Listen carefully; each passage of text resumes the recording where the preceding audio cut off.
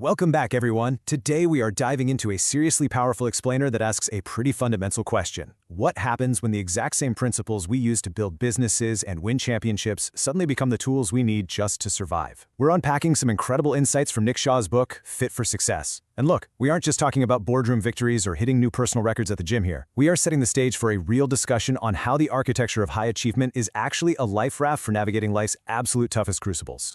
Now this journey, it doesn't start with some massive business triumph. It starts with an absolute gut punch. Just a month before the entire world shut down back in 2020, Lori Shaw, a 32-year-old mother of two, received a completely devastating diagnosis: Stage 2 triple-negative breast cancer. It's one of the most aggressive forms of the disease out there. She was young, she was in fantastic shape, and then suddenly she was facing a double mastectomy, a collapsed lung, and totally isolated chemotherapy sessions. As she put it, from that moment on, everything changed. But Lori's story isn't the only sudden crisis we're looking at today. Take a look at Bob Harper. You probably know him as a famous health and fitness expert, right? Someone whose entire life, literally his whole brand, is dedicated to wellness.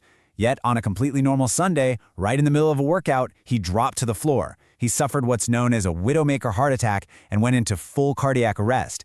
Despite doing absolutely everything right with his health, he woke up 2 days later from a medically induced coma, facing this terrifying new reality and severe physical limitations. So it begs the question, when the unimaginable actually happens, how do you respond? Do you curl up in a corner, angry at the sheer unfairness of the universe? Or do you somehow find a way to push those emotions aside and focus on a path forward? Because here's the honest truth. The frameworks that high-achieving athletes and CEOs use to guarantee success aren't just for winning trophies. In the darkest, scariest moments of Lori and Bob's lives, these exact same frameworks were what they leaned on to survive, to recover, and to completely reclaim their lives. And this brilliantly illustrates the blueprint we're talking about today, Nick Shaw's Pyramid of Success. Nick is actually Lori's husband, and he's the founder of a hugely successful fitness company called Renaissance Periodization. When his wife was diagnosed with cancer, and at the exact same time his business was being threatened by a global pandemic, he didn't panic. Instead, he realized that all the books he'd ever read, all the elite athletes he'd coached, all the self-improvement data he'd consumed over the years, it all pointed to a structured hierarchy of habits. This visual roadmap right here is what guided his family through their most terrifying year. So, the habits of success make up this 7-step hierarchy. We've got work ethic, internal locus of control, positive mindset, discipline, purpose, failure, and recharge. You have to build that solid foundation before you can even think about reaching the peak. For this explainer, we're going to dive deep into those bottom 2 foundational layers. All right, let's jump right into step 1, the foundation, work ethic. You know, Dwayne Johnson famously operates by a pretty simple rule: be humble, be hungry, and always be the hardest worker in the room. Fun fact, his legendary 4 a.m. workouts inside his Iron Paradise aren't just about building muscle. They are these vital psychological anchors that literally set the tone for his entire day. Now, we hear about hard work all the time, right? It honestly borders on a cliche. But we have to look at it a bit differently. Think of work ethic as the engine thrust of a rocket. You could have the most advanced navigation system and $1 billion satellite payload, but without the massive engine thrust to get it off the launch pad, absolutely nothing happens. The source text points out a hard truth here. Hard work alone does not completely guarantee success. A naturally gifted artist who barely works might still paint a better picture than someone with zero talent who paints 20 hours a day. But the absolutely crucial point is this: while hard work doesn't guarantee wild success, zero hard work guarantees zero results. Hard work is the supreme magnifier of whatever talent or luck you happen to have in your corner. Because at the end of the day, work causes success, period. There are minimum thresholds of effort that are undeniably required just to even enter the game. Think about a brilliant scientist trying to cure a disease. They simply cannot create a working vaccine without putting in thousands upon thousands of hours in the laboratory. A computer programmer can't build a functioning app without writing thousands of lines of code. If you fall short of that minimum threshold, you don't just get a slightly less effective vaccine or a somewhat buggy app, you get nothing. Hard work is literally the toll you pay just to get onto the highway. So how do you actually build this bulletproof work ethic? Well, you need these 3 interrelated components working together: ability, desire, and commitment. Ability is your capacity to do the task. Can you physically or mentally pull off what's required? Desire is your willingness. And desire is fascinating because it acts like a volume knob. The more you want the outcome, the louder your work ethic gets.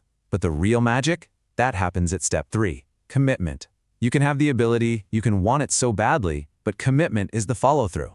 It's doing the grueling work on a random Tuesday morning when you're exhausted, when nobody is watching, and when the finish line is still miles and miles away.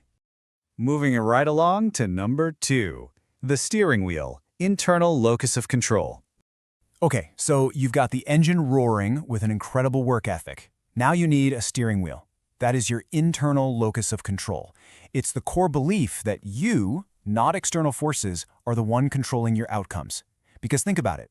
If you work incredibly hard, but apply all that effort to things you have absolutely no power over, you are just going to burn out and fail. The source material uses a really brilliant Stark analogy for this. Imagine soldiers in a war. Soldiers who are actively on the offensive, moving forward and assaulting a position, have an internal locus of control. They're dictating their route, they're choosing their tactics. Contrast that with soldiers huddled in a trench under heavy artillery fire. They have zero control. They are just passively hoping a shell doesn't hit them. To survive life's crucibles, you have to get out of the trench. You have to go on the offensive.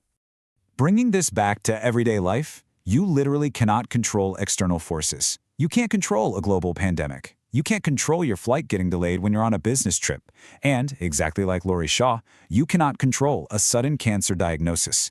But you absolutely maintain power over your internal locus, your mindset, your preparation, your daily habits.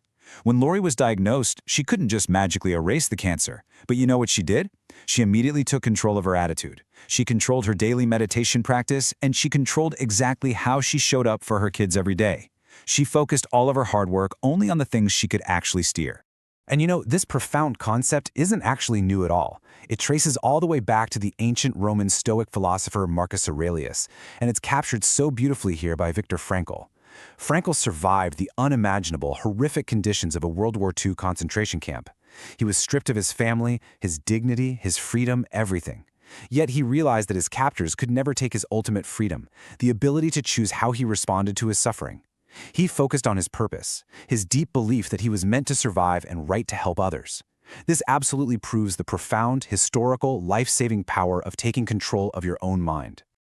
Okay, let's dive into this. Section 3, taking back your power with actionable tools. Look, we aren't all fighting for our lives in extreme survival situations every single day, right? But the mechanics of survival, they stay exactly the same. So here are the actionable tools you can use to take back your power on a daily basis. First, create a daily to-do list. I know it sounds super simple, but it is a massive psychological lever. By making a list of accomplishable tasks and checking them off one by one, you are building commitment and generating real daily momentum. You're constantly proving to yourself that you are in the driver's seat. Second, practice the core principles of cognitive behavioral therapy, or CBT. When you fail at something, your brain loves to start a cognitive distortion, whispering, you know what, you're a total failure at everything. CBT teaches you to hit pause, challenge that thought, and actively look for evidence that disproves it. You literally stop the negative spiral in its tracks. And third, consciously and actively shift your focus away from the things you cannot change. So I'm going to leave you with this one thought.